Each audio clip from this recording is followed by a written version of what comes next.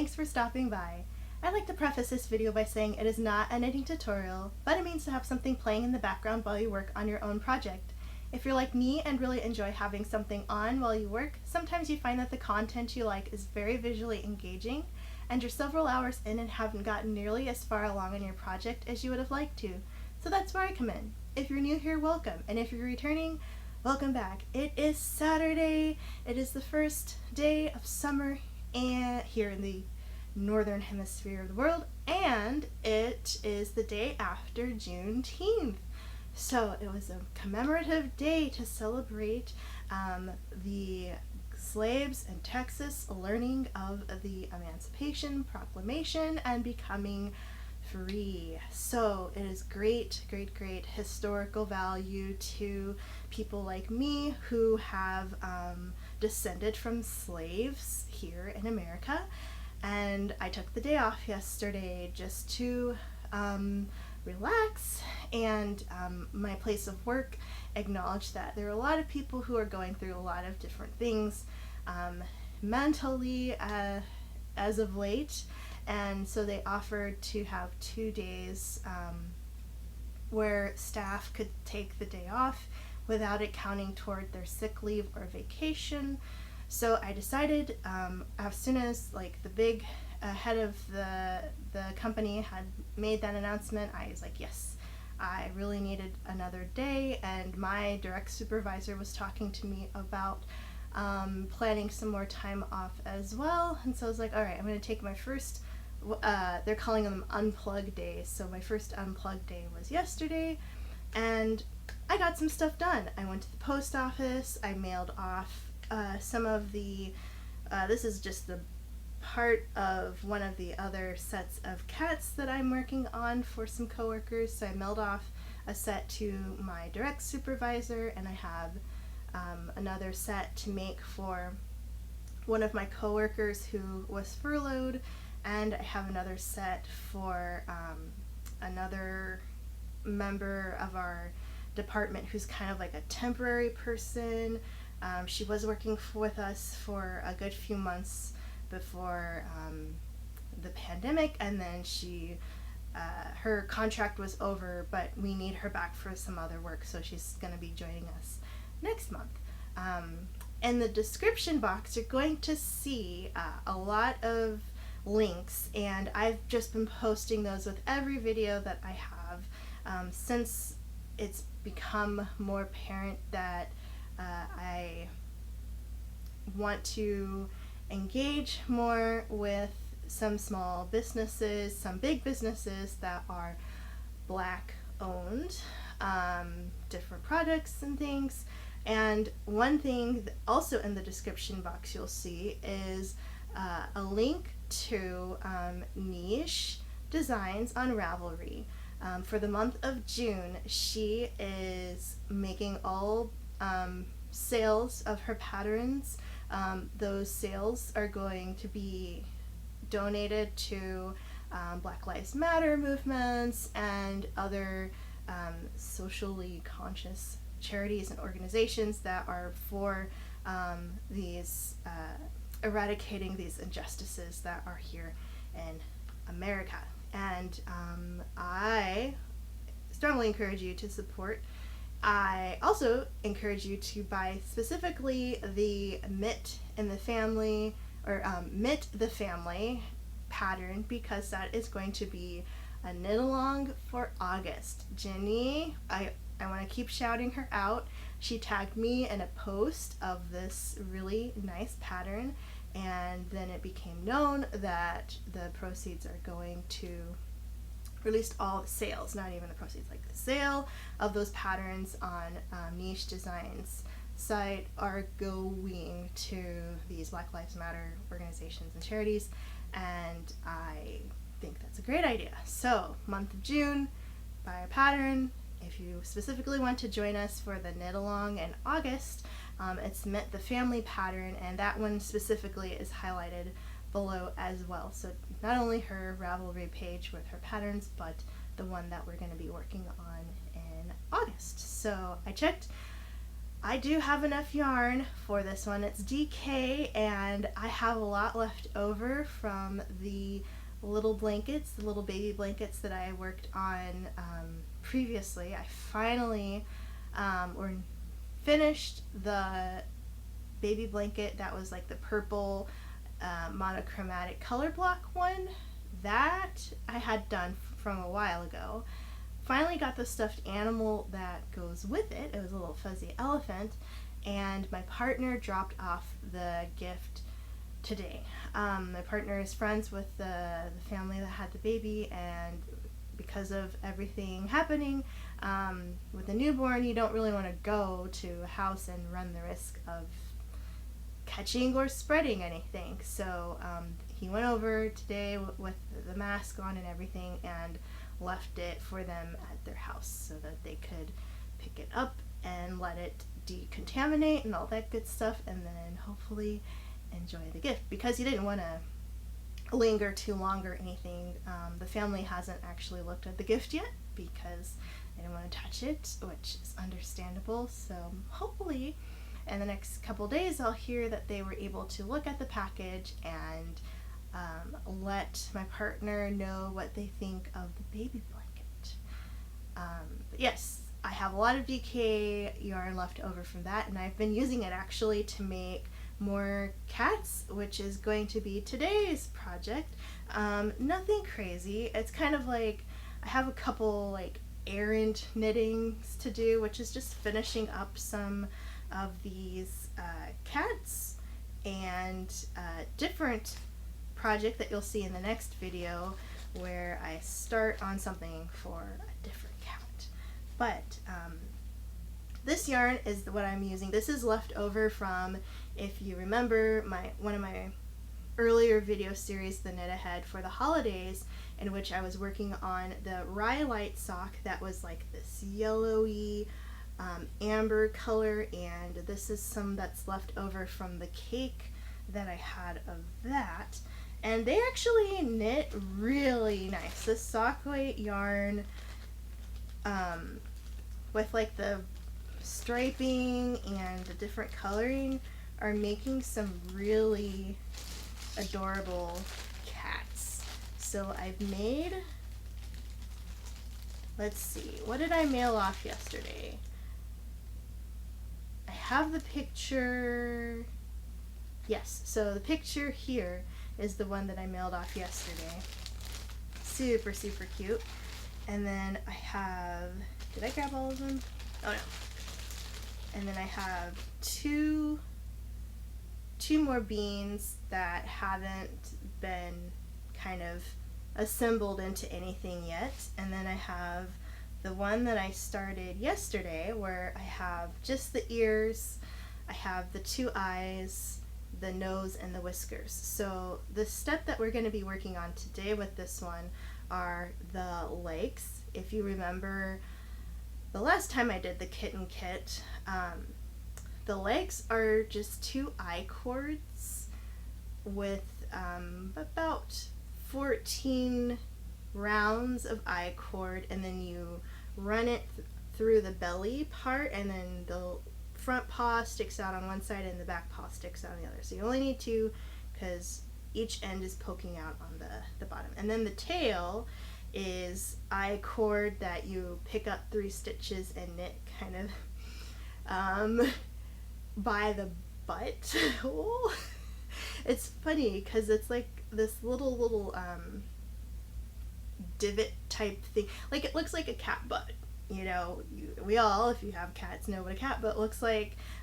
Where the stitches were at the cast on, it looks like a cat butt. So it kind of is perfect to have the tail there because it literally looks like a cat butt. So for the eye cord, I'm just going to do I have my little Jimmy Bean wool smart sticks that I bought that were super short, but these are actually working great for this project because then I don't have to do a lot of sliding around on the needle because they're nice and short. But I'm just gonna cast on my 2 because you only need 2 stitches cast on for the the legs portion, and that's really long. Try to make it a little shorter because you really don't need a long tail, because I'm just gonna tuck the tail into the leg when I'm done with it. So that'll be nice. So yes, first day of summer here in the United States. And it's a hot one. The Midwest is just kind of weird, and I am happy that it's at least not super sunny. It's pretty overcast today actually, and we're supposed to get some thunderstorms later on. But of course I say it's been pretty overcast, now the sun's coming out.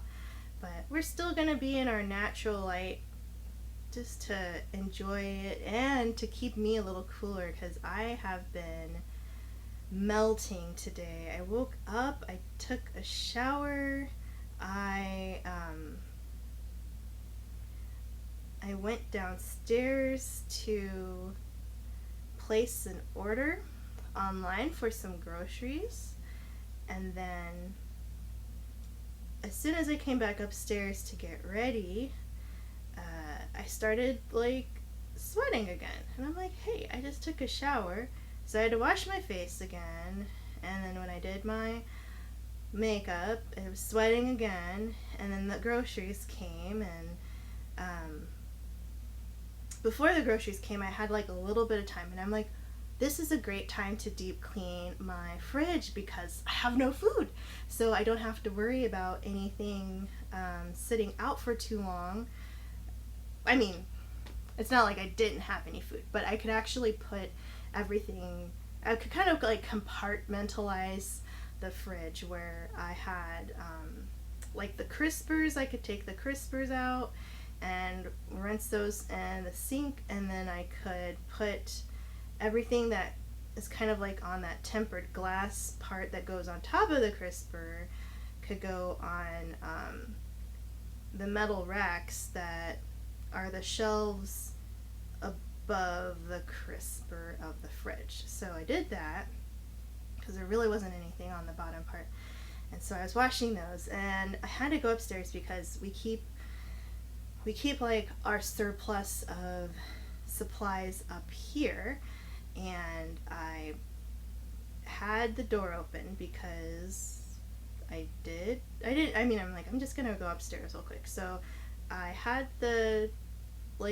tray thing that goes above the crispers leaning against a cabinet, and I went upstairs and I was getting another roll of paper towels, and then I hear this crash and I was like, one of those dang cats is in the kitchen. So of course I go downstairs and I don't see any cat, but I see little teeny feet underneath the chair, and that's usually where they hang out when they're scared, when they are hot. It's just the hangout place for the cats, and I'm like, okay. So I figured one of them was up to something they shouldn't have been up to, took advantage of the open kitchen door, and decided to investigate what this tray was propped against the cabinet, and knocked it down because they were poking their nose on it. So I was like, leave it to the kitties to cause a ruckus.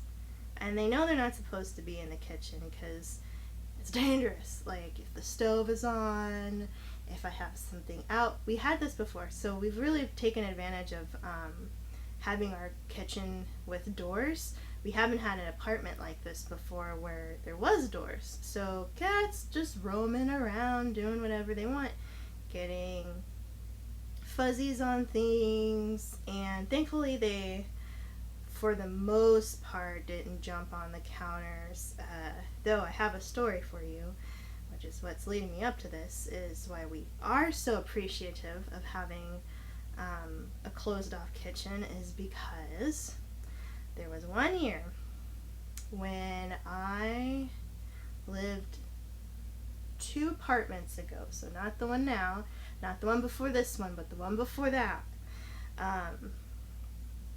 I made a caramel apple bundt cake for Thanksgiving dinner as the dessert, and I was so happy because one of my friends from one of my old jobs had like this kitchen, like a food blog. She's a great cook. She loves to cook a lot of different stuff from all over the world, and she made this caramel apple cake one year and shared the recipe online, and everyone's like, wow, that looks good. And I love apples and I love caramel, and caramel apples are like, what, the best. So I was like, a caramel apple cake, that's great. So I made the cake. I was so happy. I made like or my partner and I had like a slice each, and then the day after maybe another slice, and then that was Friday. So Saturday, Sunday, we pretty much had like a slice of cake a day. So we had about half of a cake left by the time I had to go back to work on Monday. Well, maybe a little bit more than half, because my partner wasn't much of a sweet tooth person, and there were some other desserts that they liked better, so they were eating those. But anyway, so I have the cake. I leave it on the counter. It's wrapped in saran wrap or plastic wrap, cellophane, whatever. I go to work, and then I get a text from my partner, and they're like, there are bite marks in the cake. And I'm like, bite marks? Like, that's so weird. Like, why would there be bite marks? I'm like, I literally did not just take a bite out of the cake. I always slice it. And they're like, yeah, the plastic and stuff's all torn up and there are bite marks. I'm like, oh no, that means one of the cats got to it. So I had an inkling it was Kabu, because she is the one who I usually, it was rare, but if she was on the counter, if anyone was on the counter, it was usually her. And at this time, it was just her and the belated Kokuo. And Kokuo was a big old cat, and he was not about to be jumping on any counters. He pretty much knew by that time that counters were not where he should be, and I didn't have any issues with him jumping on counters ever. It was always her. So we had at some point did the whole like foil on the counters, sticky side up tape on the counters, plastic bags on the counters, and most of those worked. So after a while, she kind of got the picture and she'd stop jumping. So we were like, cool, she's done. So we got rid of all that. She was older by then, so it was like, well, she knows better now. But I think it was that cake, because I get home, my partner had left it out so I could see, and I was like, okay, well, let me find out if it's her. So what I did was I just took the cake and put it on the floor in front of her and just watched her. And of course she came over, sniffed it, and then just started chomping on it. I'm like, ah! So I'm like, all right, no more cake out on the counter. We have to like leave it in the microwave, because at that time I didn't have a lot of storage space. It was a very old apartment with like old-timey cabinets, some newer cabinets, but you kind of had to decide on, did you want to have food in the cabinets or plates, and there wasn't really room for both. So we kept a lot of things out that we would use, like food type things, like cereal would go on a rack, and we still use that rack now because we still don't have any counter space, and stuff like that. So like a cake I would make would usually just be wrapped up and on the counter, and then you'd open the lid of the saran wrap or whatever and get what you needed. But I had to start keeping it in the microwave because I didn't have a cake carrier with like a lid. But now I do, so, if we go back to a place, which we probably will, because a lot of places nowadays are open floor plan,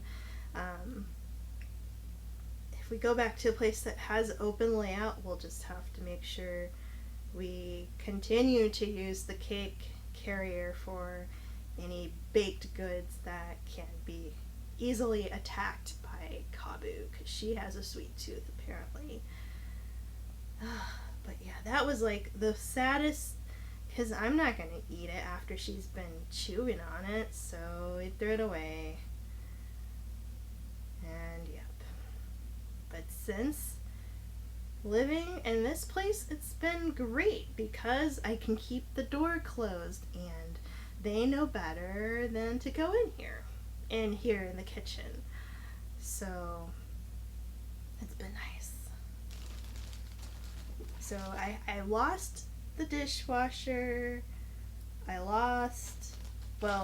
honestly never had any counter space, but if I had some, what am I looking for? I am looking for my needle. Oh, here it is. So yes, if I had some counter space, that would be nice. And if I had a dishwasher, that'd be nice. And even better if I had some cabinet space. But, yes. So that was my story.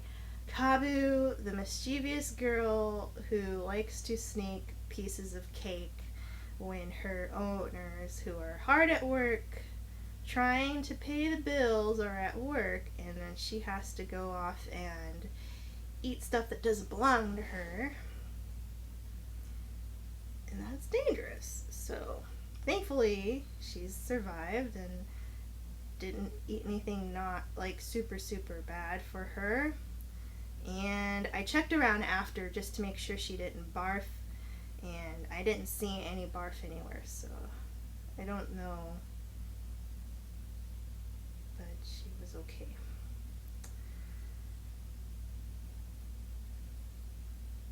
But yes, usually it's her.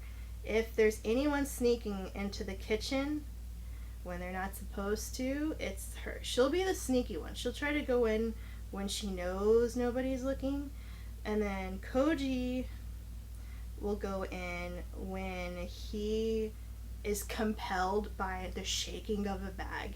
Like if he thinks so, like they have this routine where they are free fed throughout the day, so they have food out, and I've actually deposit the food at night, so that they leave me the heck alone when I'm asleep. And so at night, it's so funny because Koji kind of has learned what the routine is, and usually it's me sitting at my computer for quite some time, especially when I have like my bouts of insomnia where I just can't go to bed. I will be at my computer and I have my headphones on, and he knows. He's like watching me like a hawk. Like if I even make eye contact with him, he's like, what? Are you gonna get up? Are you gonna do anything? So he'll wait, and then as soon as he sees me like take my headphones off and hang them on the side of my monitor, he gets up, he starts singing, he's so happy, he's like halfway running up the stairs and running back down because he knows that I'm going to get the food. So as soon as I go in the kitchen, he used to be better about it, but now I think he's just like, whatever. But he knows that if he keeps doing it, I won't give him food. So first he'll get so excited, he'll run in the kitchen, but he'll just like go halfway. And so I'm like, Koji, back, and then he'll still stand there, and then I get up and I walk closer, so he steps back, and then he'll sit on the wood floor outside of the linoleum. And then I go back over to where the food is, and then he'll come back in. I'm like, no, Koji, back. So then I go back over, and then he goes and he waits again. And then I come back, and we keep doing that until he figures out that I'm not going to get the food until he sits outside the kitchen. Finally, he figures it out, and he sits. Then I get the food. And then we go upstairs. Well, he's leading me upstairs, and they're Kabu, Koji, Kokuo, they've all, since they've lived with me, have been trained to know that they need to sit and wait before I pour their food. So usually Koji is butt on the floor like that instant that he sees me coming up the stairs. He's already there. He's waiting. He knows his food's coming. Kabu! She's my little diva. She likes to kind of walk around. It's funny because if she's excited, then she'll rub her top of her head underneath Koji's chin because he's a little bit taller than her. So when she walks by, she'll go and like rub on him, and then she'll walk away, and then she'll sit down maybe, but then she's like, actually I don't want to sit right here. So then she'll get up and she'll go sit by the other food bowl. So I'm like, are you done? And so finally she sits, but she knows her butt needs to be on the floor too. So she'll like she'll sit, but she'll just kind of like crouch. So her butt will just kind of be a little bit up. And I'm like, you gotta sit all the way, Kabu. And then finally, she'll sit down. And then I pour their food. So, I'd say I have them trained, but it's more like they kind of, after a while, understand that nothing is gonna happen if they don't do the thing. So that's kind of funny to me. But yeah, I think Koji is better at it than she is. But I also think she's hoping that I'll just like let her do what she wants to do and not sit down and get food. But the only time that happens is if I really have to go to the bathroom, and it happens to be the time that they need their dinner too. And I'm like, I just can't wait for her to sit down anymore, and I'll just pour the food and go to the bathroom. But it's rare. But yeah, that is their little routine with me. But yeah, most of the time they're good about not going in the kitchen unless they think they can get away with it. But like if I'm in there, usually because it's hot in the summer and stuff, or if I'm cooking, I'll usually be in there with the door open if I'm just able to keep an eye on them, because they know if I'm in there they can't go in. And it's only the rare occasion that I happen to step away, like I did this morning, to get some paper towels, and then they're like, oh, Mom's not looking, so I can just go on in here, because who's gonna stop me? And then they do something, and then they scare themselves, and then they run away, and I'm like, see, that's why you can't be in here. But yeah, they're silly. I always tell my partner, I'm like, they're good kitties, but they're naughty kitties, because they do stuff sometimes, and I'm like, why are you being naughty? They're not bad, but they're naughty. So they're not like, thankfully they're not like, I'm going to pee on the couch, or I'm going to scratch you because I don't like the way you're petting me or something. Like, they're not like that. But sneaky, at least they try to be sneaky. But they know they have certain rules they have to follow.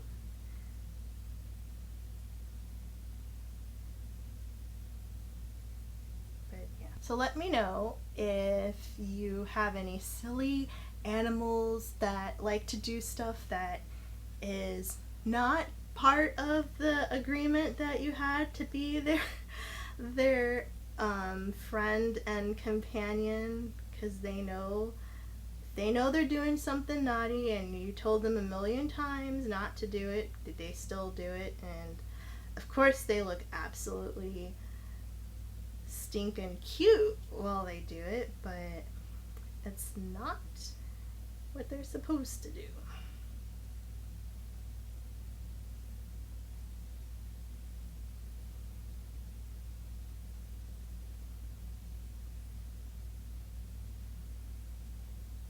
And I tell my partner, I'm like, it's like, they're not kids, but when they do that stuff, I'm like, wow, I feel like they know more than we give them credit.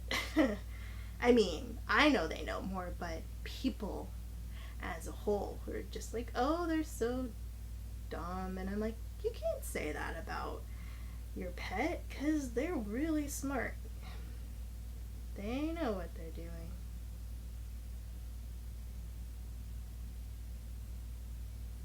But I think us fellow pet owners know that they're not dumb.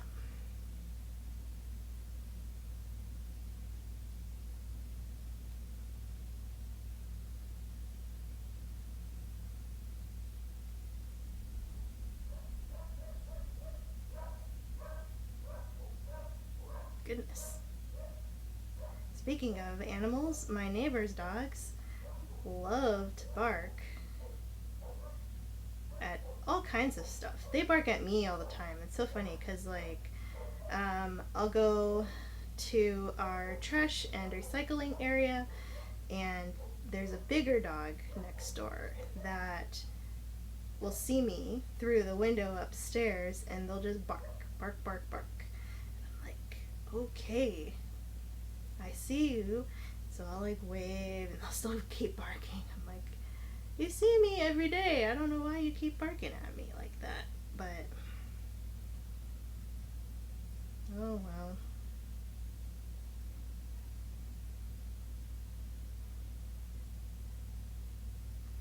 So yes, we are working on leg number 2. We did leg number 1, so I just ran the string through because I have to pull it through anyway, but we have a leg, and I'm making another one, and then once I have my 2, I can run them through the bottom part of the cat, and then I'll be almost done because I feel like the face part is the hardest part because it's just a lot of little detail and a lot of tiny string and little knots that you have to hide so that you don't really see where they're being fed in through.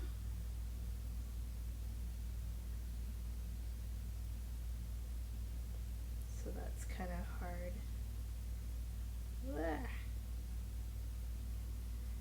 But yes. So let me know. Has anybody out there checked out Mochi Mochi Land and made this cat pattern too? There are definitely a lot of other ones on there that look super, super cute, but I feel like this cat pattern is like the best. Obviously, because I'm Paws and Pearls, and if it wasn't cats, what else would it be? But I really like it. Just a simple cat, that's all I want. No bells or whistles, just a cat.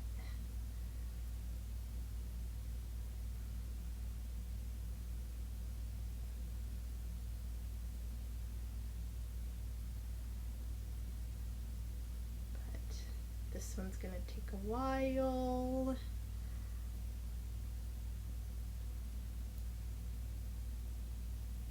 Well, I mean, this one is not, but this process, this is gonna be.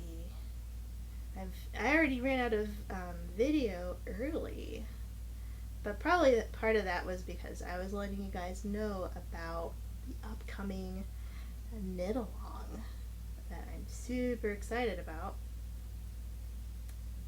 because it'll be my first pair of hand knit. No, what am I talking about? Like hand accessory, not like a scarf or a hat, but something for my hands. So I haven't made anything like that yet.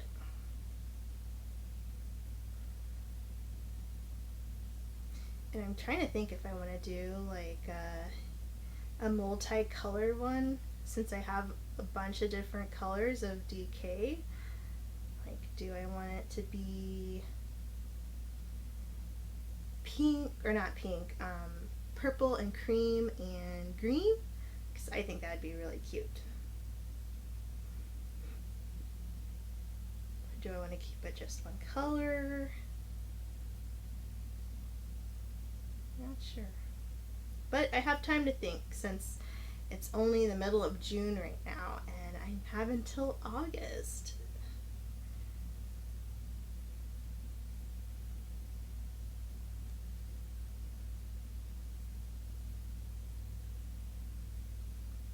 So that'll be nice. Okay. This one's getting a little long. I actually kind of stopped counting how many rounds I'm doing with these. I've kind of made this pattern so many times now, I'm just kind of eyeballing things. But, you know, for starting out, I definitely looked at it more. You know, I know now, you cast on 6. Well, actually, I cast on 7 and then slip 1 over to join, and you KFB a few times, and then you knit some, and then you decrease, and then you start to do your detail work, like making the face and the ears and stuff, and then you're done. So thankfully, this is one of those patterns where if I've done it enough times, I kind of commit it to memory. But there are definitely those out there that I have to look at it every time.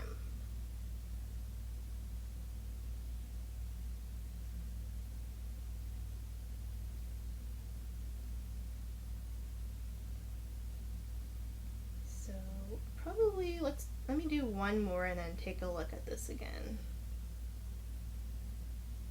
I was working on these yesterday, so the one that I mailed off, I was going to try to do a bunch more, but it was getting late, and the post office closes, early, so I couldn't finish it. Okay, this one's a little too long, so I'm going to take out 2, take out 1. This is dangerous. Don't do this at home. Especially if you're like me.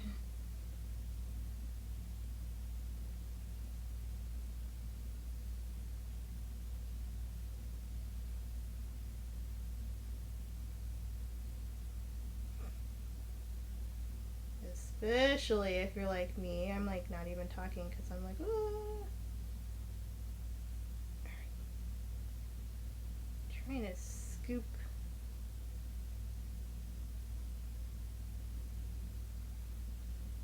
the stitch back. Alright. So let's see. So that one's not that long. It's better. And because it's so tiny, I think it helps because you don't have, you should be not like super precise, but I think with this one it's okay to eyeball.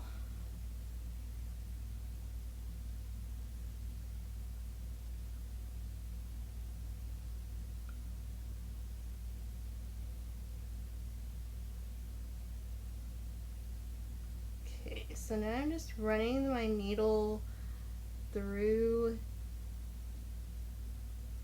those 2 stitches because you have to tie it off. You don't do a bind off like you would if it was a normal I-cord.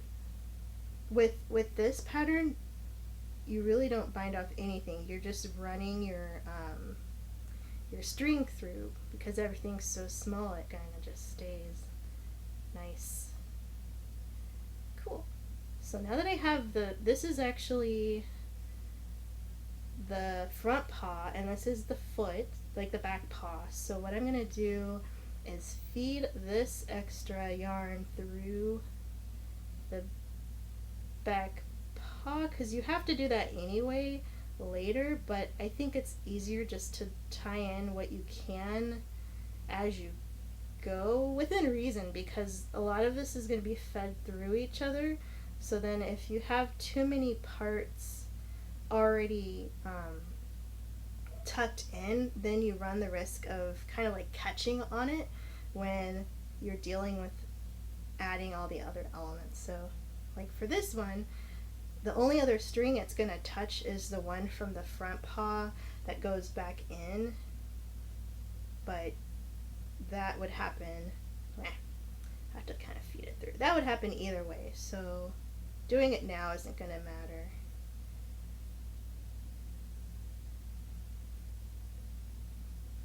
And then I just run it through, and then once I have it, I give it a little tug to kind of get it back into shape. Alright, so we have our head, or we have like our body, and you won't be able to see it because even if I go like that, it's blurry, but you can kind of see how it's shaping up here. And then I have 2 cells on my battery. So now that I have the front part, I already have the face done. I'm gonna have to take my needle, run my string through, and then feed it underneath here so that it sticks out. And so I found that it's actually easier for me to eyeball where I want the leg to go and then feed my needle first. So I'm going to make sure I keep track of where it comes out. So it's going to be,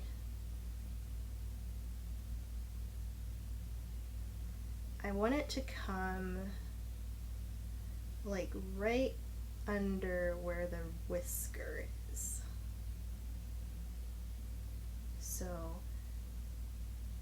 my needle comes out kind of right at the edge of this brown row, so straight across the brown, under the whisker, and I start it at the beginning of the brown too, just to kind of gauge so they're nice and lined up with each other. So now I'm going to feed I'm going to try to feed the yarn through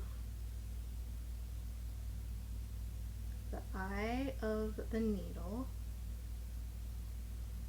so then I can pull it the other side.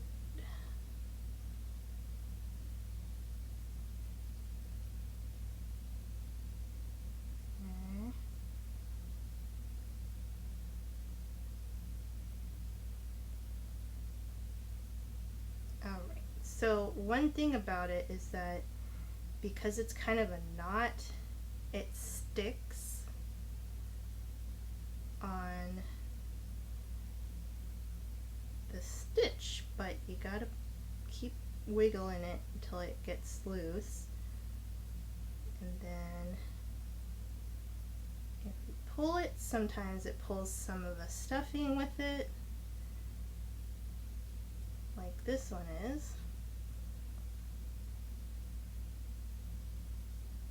So I just kind of keep pulling at the little tuft that came out so that it's clean. Cool. Alright. Then once I have it, I kind of like wiggle it around until it sticks out just like I want. And thankfully, because I still have my needle, I can kind of take the eye side and shape the stitches around where I had pulled it through, so then it doesn't look all bunchy.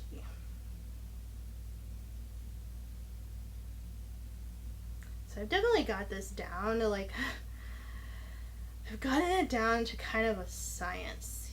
So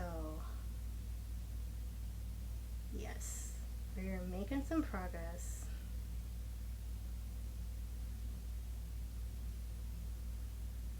Cool beans.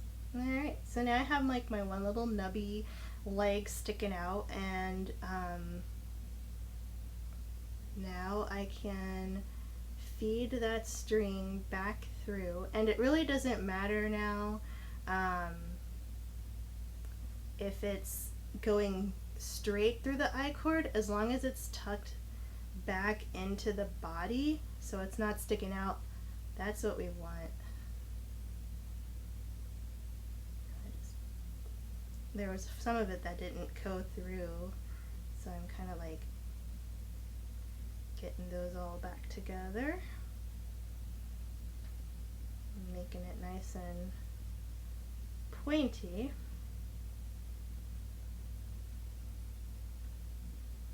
Cool.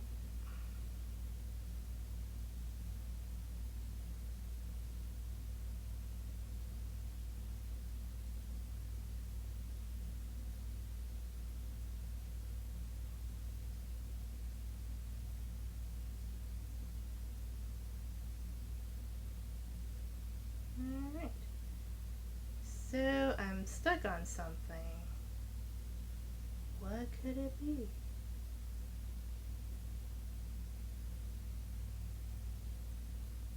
Pull the leg.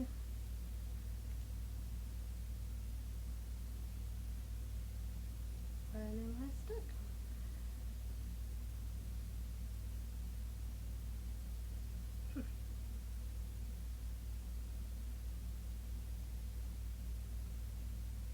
Okay. It's not letting me pull through. So as long as I get it, this has happened before to me, and so I just cut that loose bit of yarn to free it from the needle, because now it's just stuck in the body somewhere, which is fine because that's what we want. We just want to hide it. Cool.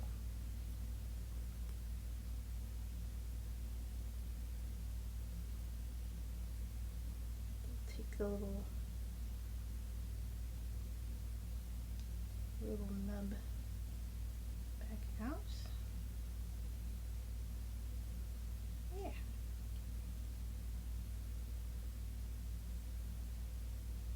Alright, so we have one leg attached, just like so.